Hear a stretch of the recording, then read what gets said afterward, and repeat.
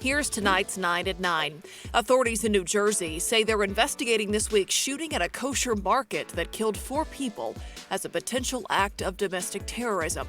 Through social media, investigators say they found evidence the 2 shooters had anti-Semitic views, and the target appears to have been chosen on purpose. I feel 100% comfortable in saying that it's a hate crime and domestic terrorism. How can we, as a community, as people, bear that? The 2 shooters were killed in a shootout with police. A home soon to be occupied by a new family went up in flames overnight. It happened in China Grove in far east Bexar County. The cause unknown, but investigators are treating this fire as suspicious. A driver slammed his car into the dining room of a northeast side home and then took off. We come out and he backs up and hits the garbage can, goes over and hits a tree, and then he left. Police followed a trail of bricks from the scene to find the car parked at a home in the same neighborhood.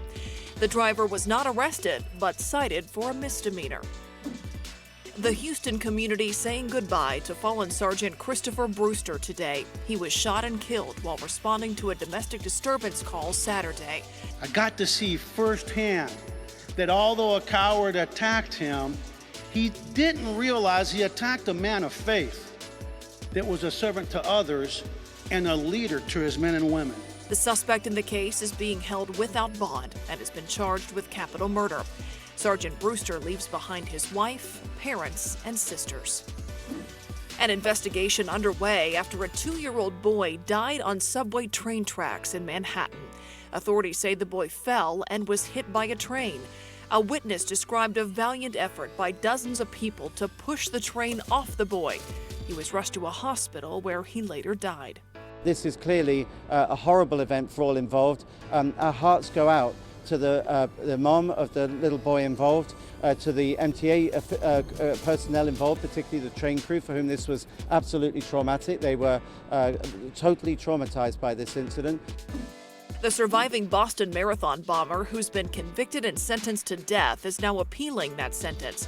In 2013, Jahar Tsarnaev and his brother set off pressure cooker bombs, killing 4 people and injuring hundreds more.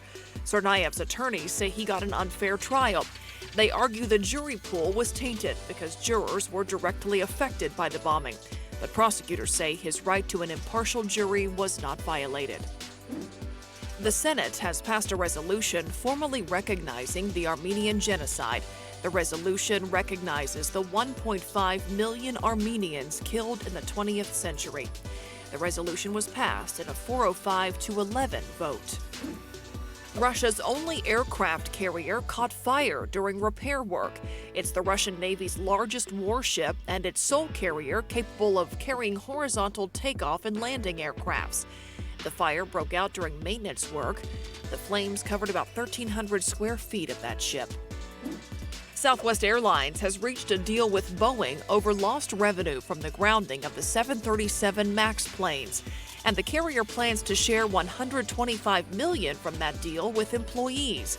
Pilots for Southwest sued Boeing in October, saying that they lost more than $100 million in income because of the grounding, which followed 2 fatal crashes in Indonesia and Ethiopia. To read more about these 9 stories, go to ksat.com/news at 9.